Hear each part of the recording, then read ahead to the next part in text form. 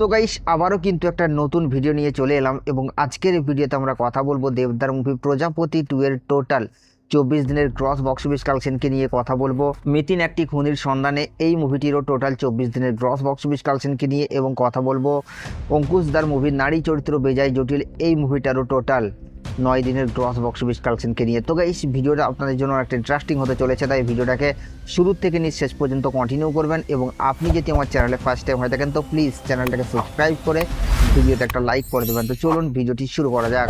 তো guys first আমরা যে মুভিটাকে নিয়ে কথা বলবো সেটা হচ্ছে মিতিন একটি খুনির সন্ধানে এই মুভিটার টোটাল 24 দিনের গ্রস বক্স অফিস কালেকশনকে নিয়ে। যদিও আপনারা জানেন যে মুভিটা এখনও পর্যন্ত মারাত্মক লেভেলের বক্স অফিস কালেকশন করছে, তবে যেমনটা প্রেডিকশন করা হয়েছিল যে মুভিটা হয়তো লাইফ টাইম একটা মারাত্মক লেভেলের বক্স অফিস কালেকশন দিয়ে যাবে, তেমনটা হয়তো করতে পারেনি। তবে প্রজাপতি 2 এর সাথে টক্কর দিয়ে কিন্তু মুভিটা বেশ ভালোই বক্স অফিস কালেকশন করে নিয়ে আসছে এবং এটা শুধুমাত্র কোয়েল মল্লিক বলি সম্ভব। আমার মনে হয় অন্য কেউ হলে এতদিন বক্স অফিসে তলিয়ে যেত। তো গাইস আপনাদেরকে জানিয়ে দিই মুভিটা তার অলরেডি 24 দিন কমপ্লিট করে ফেলেছে এবং ডে 24 এসে মুভিটা বক্স অফিস কালেকশন করেছে প্রায় 3 লক্ষ টাকার মতো এবং টোটাল 24 দিনে মুভিটা এখনও পর্যন্ত গ্রস বক্স অফিস কালেকশন করেছে 3,05,00,000 টাকা।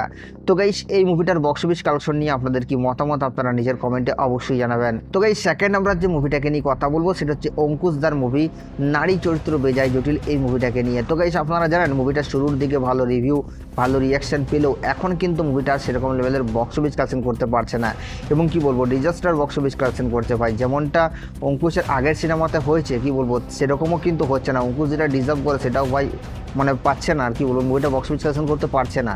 তো এক কথায় বলতে গেলে আমার মনে হয় অনেক দর্শক যেটা দাবি করছে যে অঙ্কুশের ফ্যান্সরা অঙ্কুশের থেকে মুখ ফিরিয়ে নিয়েছে।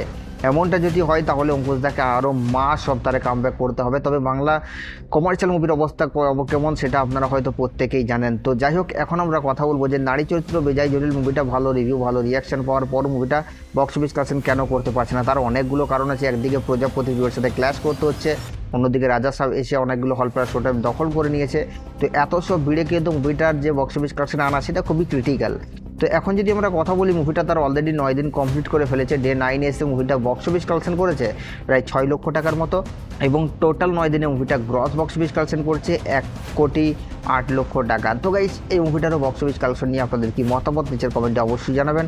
এবং থার্ড আমরা যে মুভিটাকে নিয়ে কথা বলবো সেটা হচ্ছে দেবদার মুভি প্রজাপতি 2কে নিয়ে। তো প্রজাপতি 2 তো ইতিমধ্যেই বাংলার বক্স অফিসে ঝড় তুলে রেখেছে এবং এখনও পর্যন্ত মাল্টিপ্লেক্স কালেকশানে কিন্তু মানে কি বলবো প্রভাসকেও হারাচ্ছে রীতিমতো দেবদা বাংলার বক্স অফিসে। সো এটা পায় একটা আসলে অবিশ্বাস্য রেকর্ড এবং এখন দেবদার সিনেমা থাকা মানে সেটা সাউথ হোক বা বলিউড তাদেরকে কিন্তু জোর কদমে টক্কর দেবে দেবদা। ভাই দেবদা এখন একটা এমন ফ্যানবেস তৈরি করে নিয়েছে, দেবদার যে কোনো সিনেমা এলে ভাই বাজেট যতই হোক না কেন হিট সুপারহিট ব্লকবাস্টার হয়েই যাবে।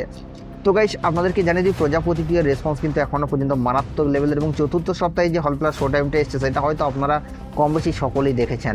তো এই মুভিটাও তার অলরেডি 24 দিন কমপ্লিট করে ফেলেছে। ডে 24 এসে মুভিটা বক্স অফিস কালেকশন করেছে প্রায় 21 লক্ষ টাকার মতো এবং টোটাল মুভিটা এখনও পর্যন্ত 24 দিনে গ্রস বক্স অফিস কালেকশন করেছে 10,92,00,000 টাকা। তো গাইস এই তিনটা মুভির বক্স অফিস কালেকশন নিয়ে আপনাদের কি মতামত আপনারা নিচের কমেন্টে অবশ্যই জানাবেন, কারণ আপনাদের মতামত জানা আমাদের জন্য অবশ্যই জরুরি। আর সাবস্ক্রাইব করে দাও নেক্সট ভিডিওর জন্য।